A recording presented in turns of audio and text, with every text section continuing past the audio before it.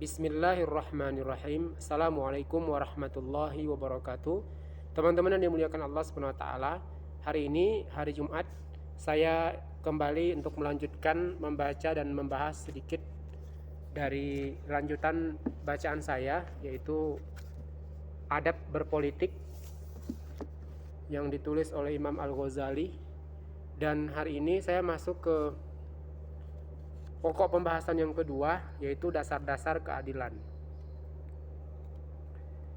Dasar-dasar keadilan ini memiliki beberapa dasar ya. Dan hari ini saya fokus untuk membahas dasar pertama terlebih dahulu. Bismillahirrahmanirrahim. Dasar pertama, Anda harus mengenal terlebih dahulu nilai kekuasaan berikut resiko dan bahayanya. Kekuasaan adalah salah satu nikmat Allah yang maha mulia lagi maha agung. Siapa yang menjalankan kekuasaan dengan benar, ia akan mendapatkan kebahagiaan yang tiada batasnya, dan tidak ada kebahagiaan sama sekali selainnya. Sebaliknya, siapa yang lalai menjalankan kekuasaannya dengan tidak benar, ia akan terjerumus dalam celaka yang tiada taranya kecuali kufur kepada Allah. Nah, teman-teman yang dimuliakan Allah Subhanahu wa taala, ini masih sedang melanjutkan nasihatnya Imam Ghazali kepada sang sultan yang waktu itu sedang berkuasa, yaitu Sultan Muhammad bin Malik Syah. Nah, gitu ya. Jadi seluruh isi dari buku ini kalau tidak keliru ya, ini semuanya berisi tentang nasihat beliau kepada penguasa kala itu. Meskipun memang sekali lagi nama buku ini dicatat sebagai nasihat dan hikayat untuk pemimpin dan penguasa.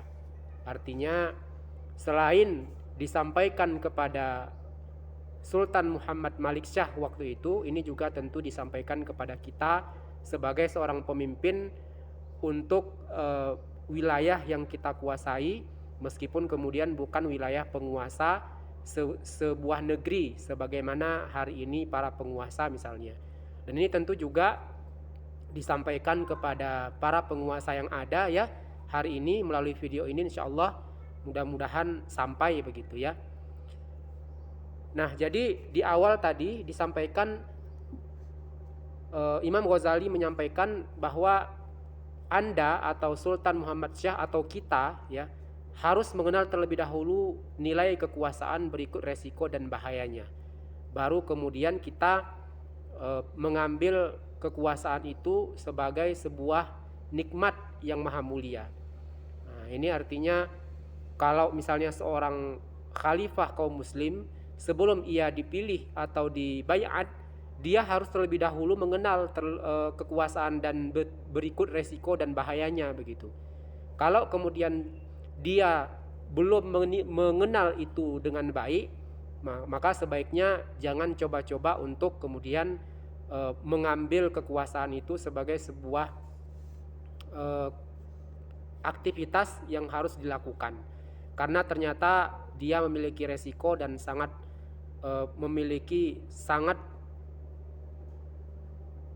memiliki bahaya yang luar biasa. Bahayanya apa? Nanti kita akan baca lebih dalam.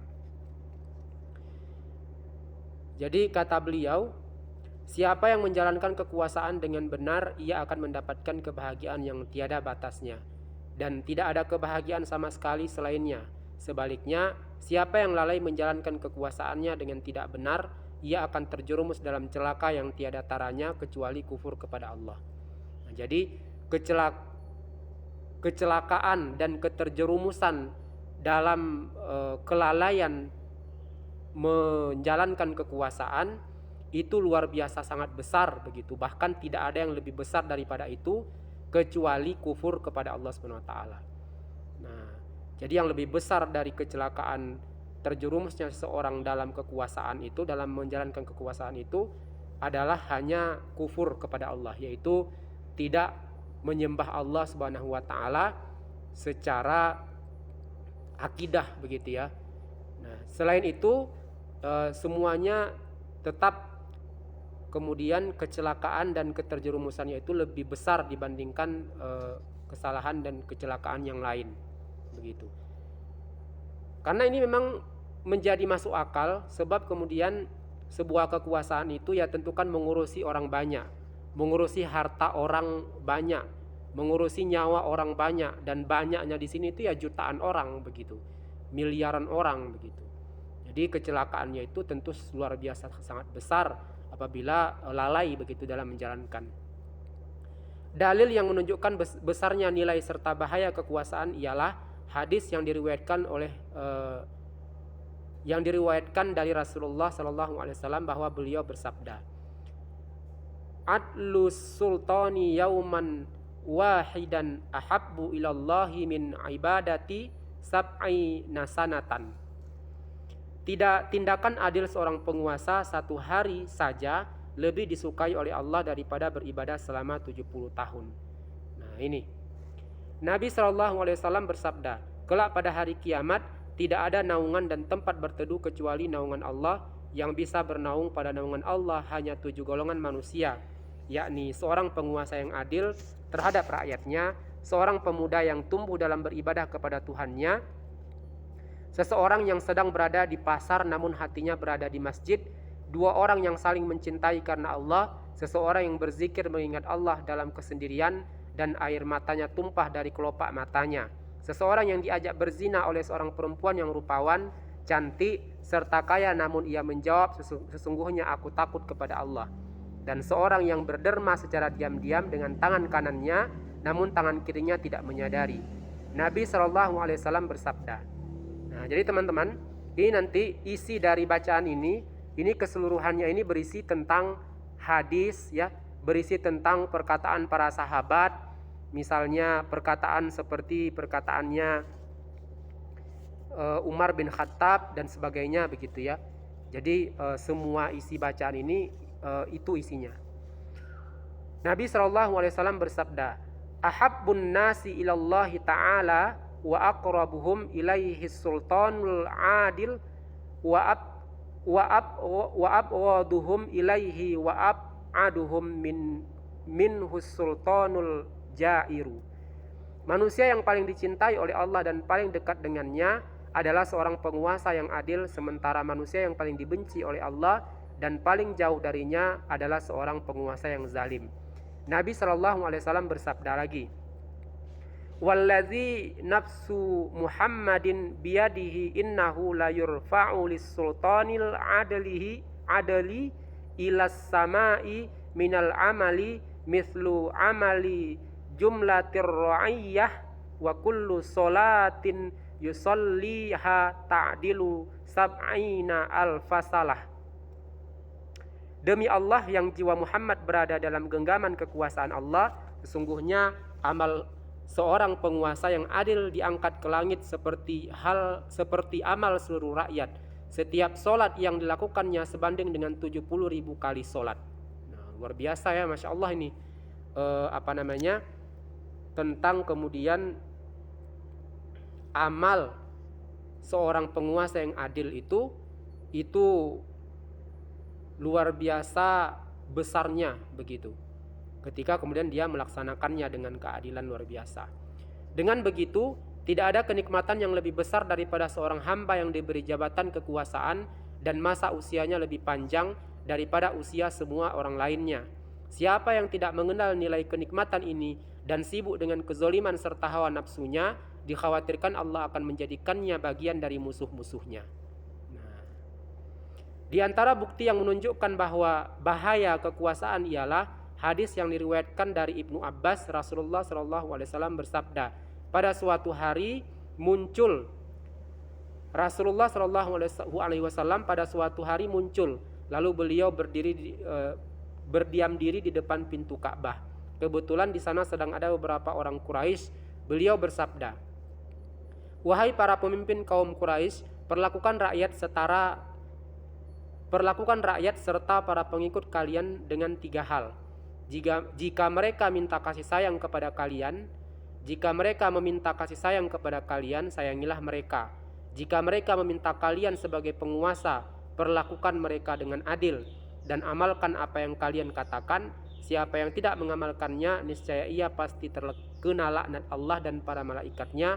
Allah tidak berkenan menerima ibadah darinya, baik fardu maupun sunnah. Nabi SAW bersabda, siapa yang memutuskan di antara dua orang dengan zalim, niscaya laknat Allah atas orang-orang yang zalim. Ya, ini bukanlah perkataan-perkataan biasa, tetapi kemudian nasihat yang diberikan Imam Ghazali kepada penguasa di kala itu dan kepada kita, ini semuanya bukan berasal dari hawa nafsunya Imam Ghazali, melainkan dari perkataan dan perbuatan serta amanah dari Rasulullah SAW berupa hadisnya. Kemudian Nabi SAW bersabda, ada 3 orang yang Allah tidak berkenan memandang mereka, seorang penguasa yang jahat dan berdusta, seorang kakek yang berzina, dan seorang fakir yang sombong. Maksudnya ia sombong karena serakah. Nah, ini juga meluruskan sekalian bahwa yang selama ini kita dengar seorang fakir atau seorang miskin itu sombong, itu kemudian dengan pemahaman yang keliru. Nah, maksudnya ya sombong itu karena serakah, bukan sombong karena selain serakah, begitu ya. Teman-teman, ini juga sedang mengingatkan kepada para ulama hari ini bahwa tolonglah ya ketika kemudian memberikan nasihat dan amanah kemudian dari Rasulullah itu kepada para penguasa ataupun calon penguasa, itu memberikannya itu memang berdasarkan atas seluruh perkataan Nabi, begitu ya, bukan menciptakan dengan perkataan sendiri, yang itu barangkali juga mungkin nanti akan mudah untuk dilupakan oleh sang penguasa ataupun calon penguasa.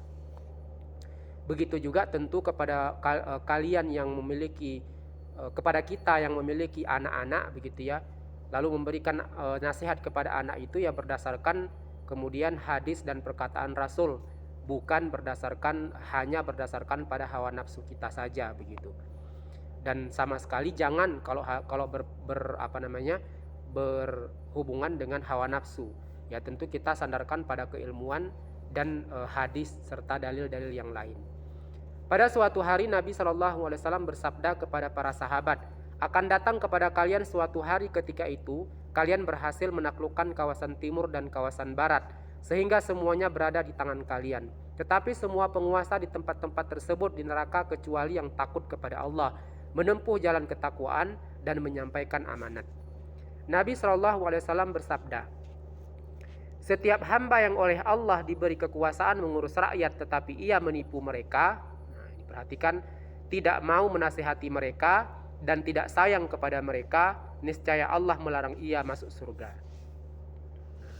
Lalu Nabi SAW bersabda lagi, siapa yang menguasai urusan-urusan kaum muslimin tetapi ia tidak mau menjaga mereka seperti ia menjaga anggota keluarganya, perhatikan, sesungguhnya ia telah menyiapkan pantatnya untuk disulut api neraka. Nah, ini luar biasa nih. Kenapa kemudian ada kata pantat di sini? Bisa jadi kemudian ini adalah sebuah kerendahan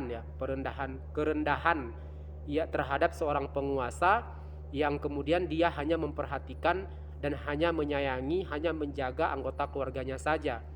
Ini tentu merupakan sebuah hal yang memalukan, sebab kemudian seharusnya ya seluruh rakyat yang ada di bawahnya itu adalah keluarganya yang juga harus dijaga sebagaimana ia menjaga keluarganya, keluarga kandungnya ya, keluarga aslinya yang sedarah, yang ada ikatan akad nikah dan sebagainya.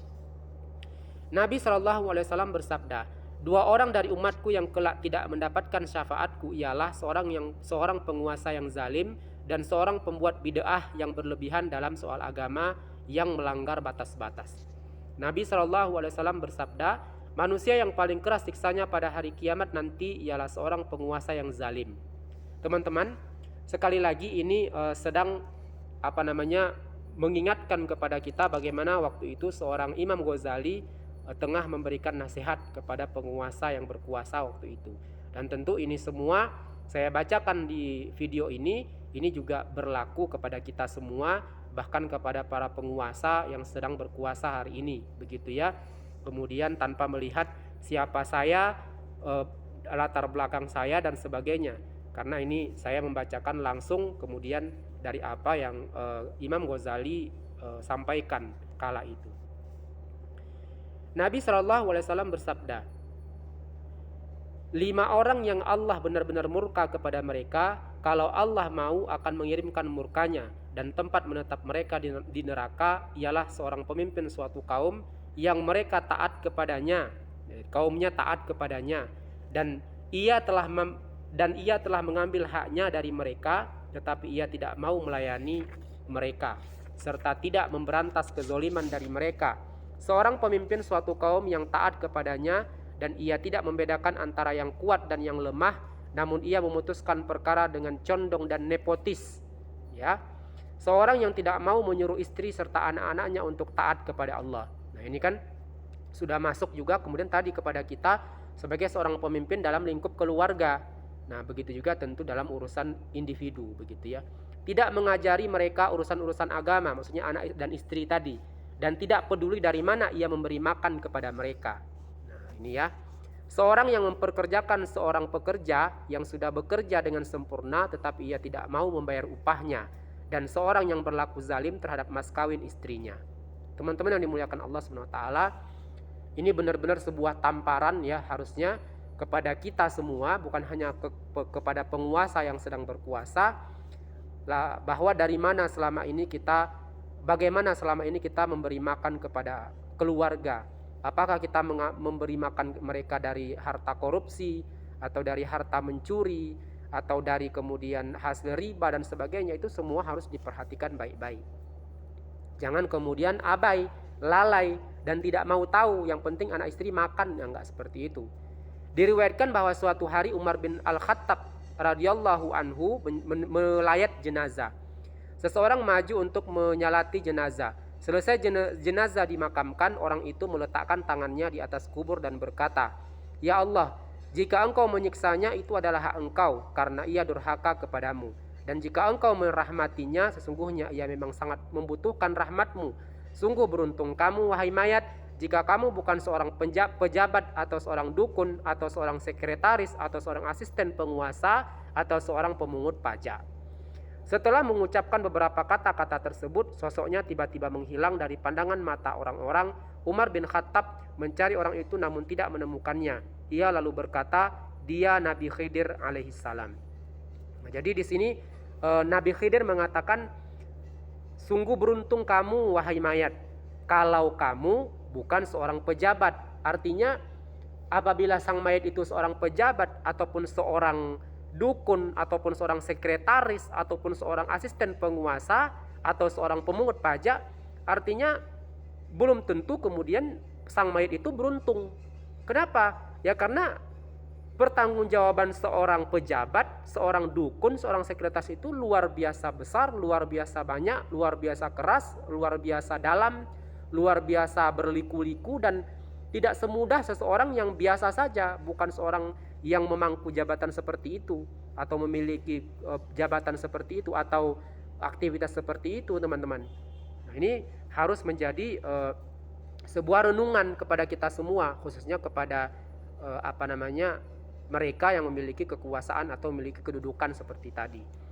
Begitu ya, keberuntungan kita itu sesungguhnya kita orang yang biasa saja dengan ketaatan kita, dengan keimanan kita, bukanlah orang yang memiliki jabatan, baik itu pejabat, apalagi dukun, sekretaris, asisten penguasa maupun pemungut pajak. Nabi SAW bersabda, "Celaka besar bagi para pemimpin, celaka besar bagi para pejabat, dan juga celaka besar bagi para asisten mereka. Sesungguhnya pada hari kiamat kelak mereka adalah orang-orang yang amal mereka digantungkan ke langit dan muka mereka diseret ke neraka. Apakah mereka senang kalau mereka tidak pernah beramal sama sekali?" Nah, ini Nabi SAW bersabda, "Setiap orang yang memimpin 10 orang rakyat saja, niscaya pada hari kiamat nanti ia akan didatangkan dengan kedua tangan dibelenggu di leher. Jika amalnya baik, belenggu itu akan dilepaskan, Jika amalnya buruk, akan ditambahkan padanya belenggu yang lain. Nah, ini artinya mengurusi rakyat itu dengan kepala yang banyak, dengan watak yang berbeda, dengan keinginan yang berbeda, begitu ya. Itu tidak semudah membalikkan ke telapak tangan. Harus ada keadilan di situ, harus ada ketransparanan di situ, harus ada kemudian ketaatan kepada Allah di situ, begitu. Bukan kemudian sekedar naik, lalu menjabat, lalu mendapatkan gaji, lalu menikmati itu semua, bukan itu, gitu.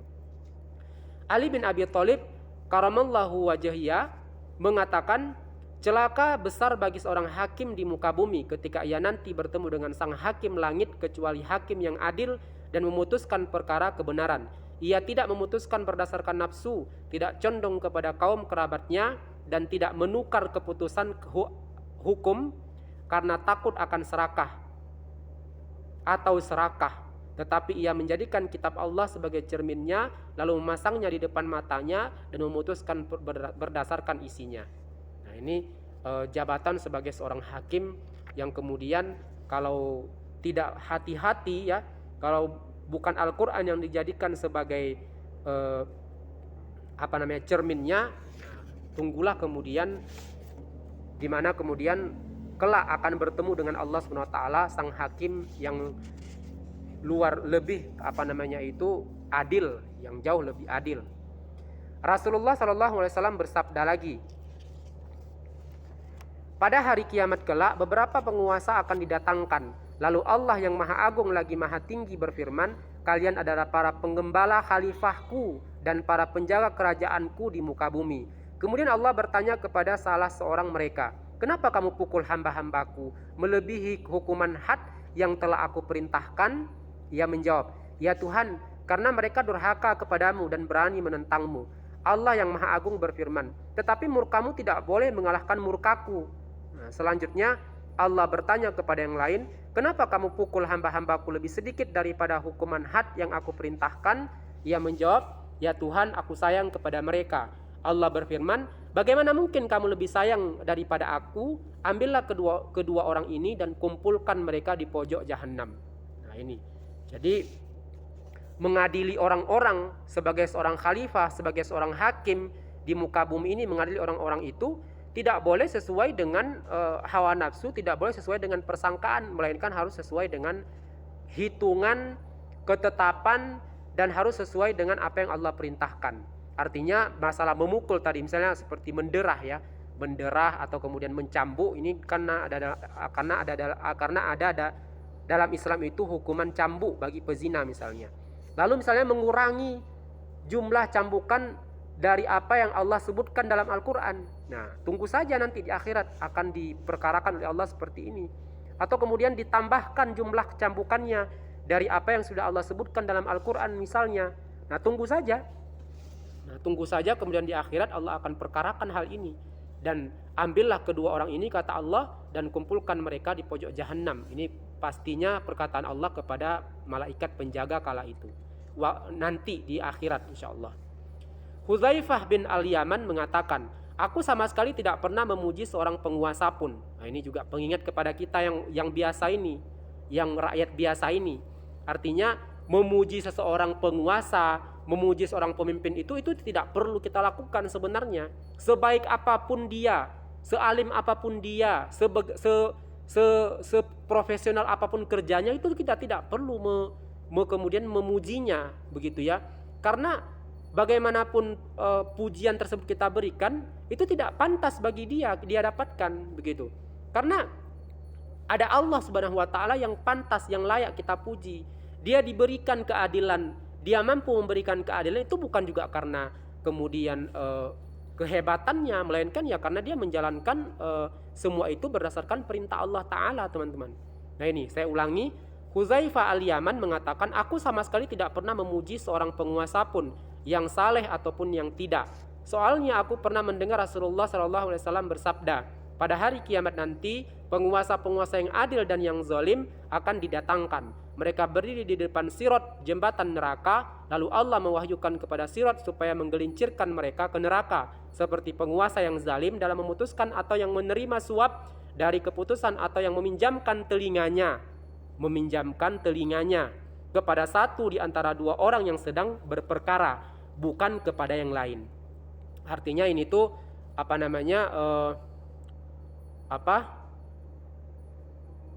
berlaku tidak adil, artinya berpihak kepada yang satu, tidak kepada yang lain, maksudnya begitu.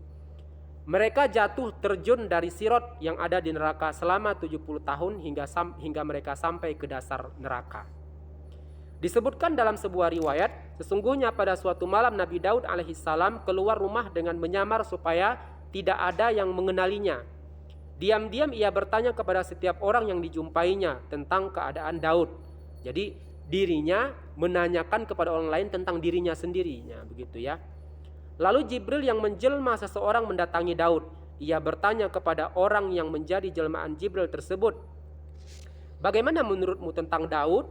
Ia menjawab, "Ia seorang hamba yang baik. Sayang sekali ia makan dari harta kas negara, bukan makan dari hasil jerih payahnya dan kerja keras kedua tangannya."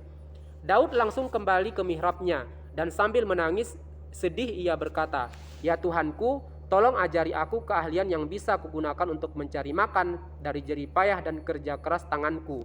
Allah lalu mengajarinya keahlian bertani. Ini sebuah riwayat tentang Nabi Daud alaihissalam yang keluar untuk kemudian menanyakan bagaimana pekerjaannya sendiri kepada rakyatnya, begitu ya. Lalu di waktu yang sama malaikat Jibril alaihissalam kemudian menjelmakan seseorang, begitu ya. Lalu sang Jibril kemudian bertanya kepada orang yang dijelmakan sang Jibril tersebut bagaimana kemudian tentang Daud, bagaimana pendapatnya tentang Daud. Maksudnya ini tentang sang raja. Daud kan selain nabi kan beliau raja waktu itu. Nah, akhirnya kemudian seperti tadilah kemudian dialognya. Lalu Nabi Daud pun kembali ke mihrabnya, pulang ke rumahnya sambil menangis. Ia berkata kepada Allah, "Tolong ajari aku ya Allah keahlian yang bisa kugunakan untuk mencari makan." Begitu, artinya dia tidak ingin lagi mengambil kas negara untuk digunakannya untuk makan, begitu. Nah, akibat dari bukan akibat, melainkan kemudian sebagai rasa takut Nabi Daud alaihissalam tentang penggunaan kas negara yang dia ambil lalu untuk digunakan untuk makan, begitu. Nah ya, teman-teman, ini merupakan pelajaran yang luar biasa. Setiap malam Umar bin Khattab radhiyallahu anhu keluar rumah untuk berpatroli supaya dapat melihat kesalahan-kesalahannya yang bisa diperbaiki. Ia mengatakan, "Kalau aku sampai membiarkan ada seekor anak kucing yang pada bagian kakinya berkudis, tidak diolesi minyak, aku khawatir pada hari kiamat nanti aku akan dimintai pertanggungjawaban tentang binatang ini.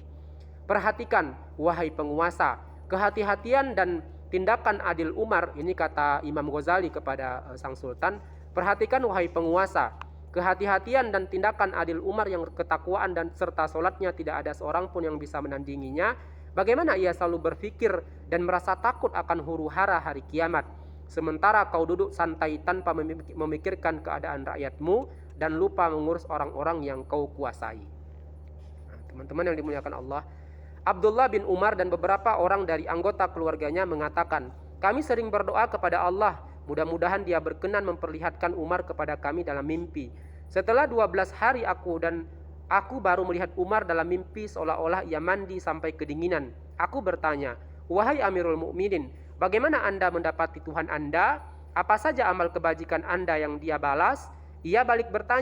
Umar balik bertanya, 'Wahai Abdullah, sudah berapa lama semenjak aku berpisah dengan kalian?' Abdullah menjawab, 12 tahun. Ia bertanya, 'Semenjak aku berpisah dengan kalian untuk menghadapi hisab, aku takut celaka. Tetapi Allah Maha Pengampun lagi Maha Penyayang. Dia juga Maha Dermawan lagi Maha Pemurah.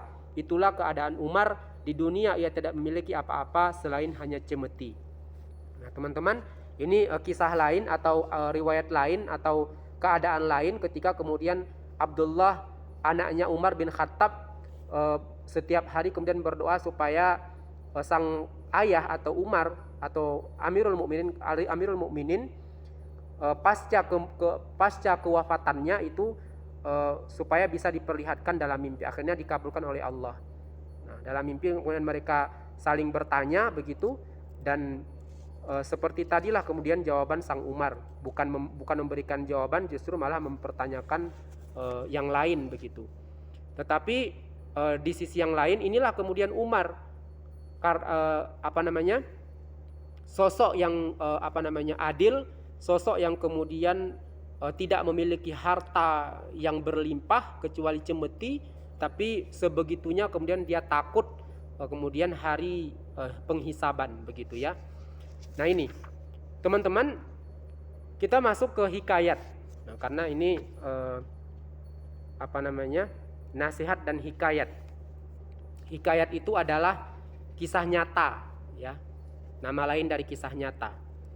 Kaisar penguasa Romawi menyuruh seorang utusan menemui Umar bin Khattab radhiyallahu anhu untuk melihat kondisinya dan menyaksikan langsung tindakan-tindakannya. Begitu memasuki Madinah, sang utusan bertanya kepada beberapa penduduk setempat, "Di mana raja kalian?" Mereka menjawab, "Kami tidak memiliki raja. Yang kami miliki adalah seorang pemimpin yang biasa muncul di luar Madinah." Lalu ia mencari Umar dan mendapati beliau sedang tidur di bawah terik matahari di atas tanah berpasir yang panas dengan berbantalkan tongkatnya. Sementara keringatnya mengucur deras hingga membasahi tanah. Menyaksikan hal ini, hatinya tercenung khusyuk. Lalu ia berkata dalam batin, "Semua raja di muka bumi ini selalu dicekam ketakutan karena tidak memiliki kepastian. Tetapi Anda, wahai Umar yang selalu berlaku adil, bagaimana Anda bisa tidur nyenyak seperti ini? Penguasa kami yang suka berbuat zalim tanpa merasa berdosa justru merasa aman dari rasa takut. Aku bersaksi bahwa agama Anda adalah agama yang benar. Seandainya kedatanganku ini bukan dalam kapasitas sebagai seorang utusan, aku pasti langsung menyatakan masuk Islam. Tetapi aku berjanji setelah ini, aku akan kembali lagi ke sini untuk masuk Islam." "Wahai penguasa, bahaya dan resiko kekuasaan itu," kata Imam Ghazali, "sangat besar. Ancamannya sangat serius dan penjelasannya sangat panjang. Seorang penguasa tidak akan selamat tanpa mendekati para ulama agama untuk belajar kepada mereka tentang cara-cara berbuat adil dan tentang bagaimana cara untuk memberikan kemudahan menghadapi bahaya persoalan ini." Nah, ini saya sudah di akhir dari bacaan saya. Teman-teman, yang ingin saya tambahkan sedikit bahwa ini semua juga disampaikan untuk kita, bahwa saya benar-benar menjadi ingat betapa banyaknya kesalahan yang saya perbuat di antara sesama manusia, baik waktu saya bergaul sesama mahasiswa, pernah dan sampai sekarang mengajar atau menjadi seorang guru untuk anak-anak begitu ya. Kemudian bertetangga dengan banyak orang, begitu juga kemudian saya bersosial media. Saya ingat begitu banyak kesalahan yang saya lakukan, begitu banyak ucapan yang menyinggung perasaan kalian, begitu banyak harta kalian yang mungkin saya mintai atau yang saya pinjami dan sebagainya. Dan ini adalah sebuah hal yang membuat saya harus memperbaiki semua yang perlu saya perbaiki dan harus saya tambal yang perlu saya tambal begitu ya. Bagaimanapun ya, saya juga seorang pemimpin walaupun dalam kapasitas individu maupun keluarga, teman-teman. Ini mungkin yang bisa saya sampaikan, semoga ada manfaatnya. Terima kasih sampai menit ini masih menyaksikan. Kita lanjutkan lagi nanti dasar kedua insyaallah minggu berikutnya insyaallah ya. Saya tutup. Assalamualaikum warahmatullahi wabarakatuh.